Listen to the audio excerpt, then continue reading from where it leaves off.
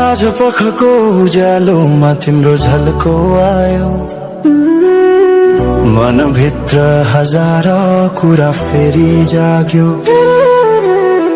भुल्ने प्रयास गर्दा पनि भुलिन्न तिमी, यो माया कति गहिरो रहेछ बुझ्नै सकिन। पहिलो हाँसो पहिलो बोल सब याद छ, हिजोका बाछा आजको शून्यता साथ छ। जीवनको रंग नै हरायो अचानक,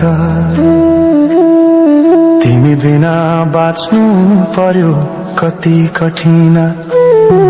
हावाको लहरमा सुन्छु तिम्रो आवाज, शून्य कोठामा प्रतिध्वनि जस्तो गाजा।